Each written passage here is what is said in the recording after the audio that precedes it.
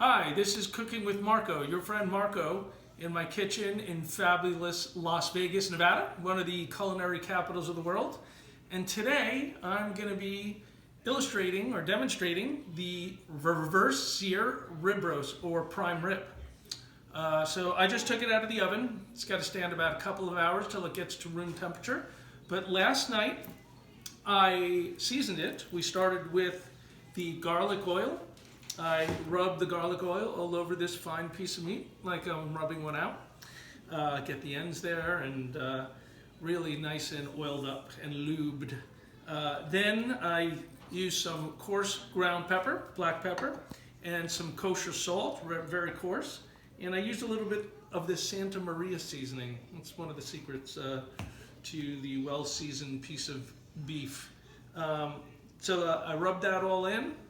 And did that last night and took it out, and now it's standing for a couple hours. Then we're going to preheat our oven to a very low 200 degrees, where this is about a 6-pound piece of beef. We'll cook that for about 3 hours to medium rare, and then we will take it out, and then we will tent it with a piece of foil, let it stand for about 30 minutes, anywhere from 30 minutes to an hour. And before you're getting ready to eat it, we're going to crank that oven up back here to the maximum temperature of 500 to 550. And we're going to do that from anywhere from 5 to 12 minutes to get that really nice brown on the outside. So right now, we'll just let it rest, and I'll come back to you when we're ready to put this beef in the oven.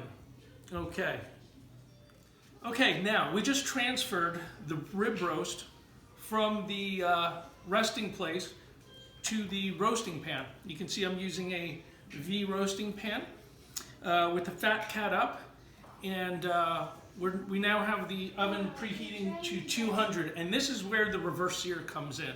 We're turning things upside down today. The culinary world doesn't know what to do, because typically you would start on a very high temperature, where we're starting on a very low temperature, 200 degrees for a medium rare.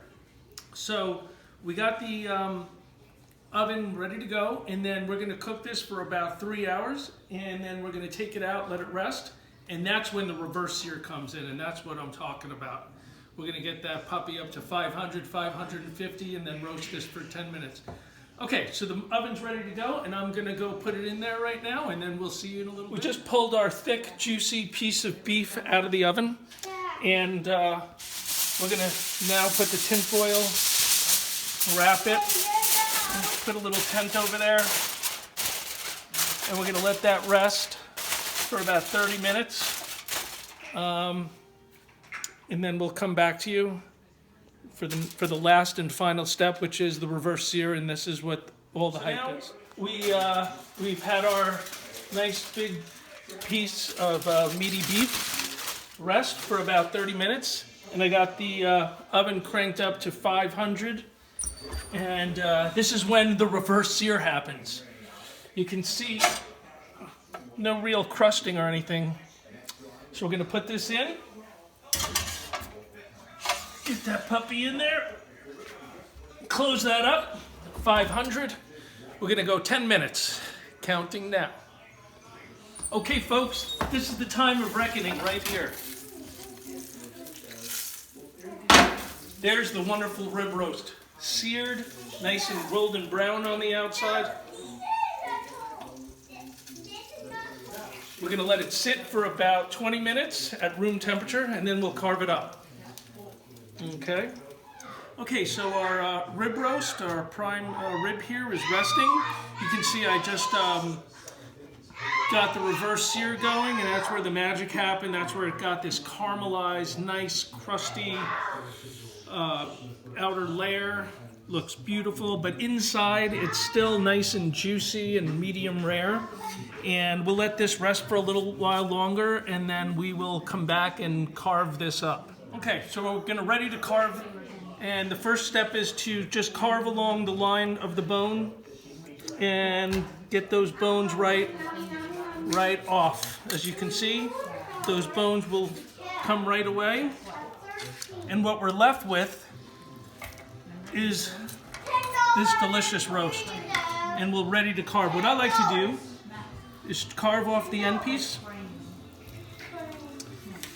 And you get that nice, beautiful, medium rare center cooked perfectly. You can see there's hardly any overdone meat here, just a nice crust.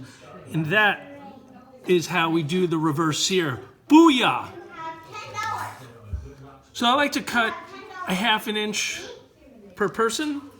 So we cut along about a 1/2 inch thick slice, like so. We got a nice sharp knife there. And that's all there is to show. That's the reverse sear. You've been cooking with Marco. Hope you enjoy. Happy holidays and Merry Christburger.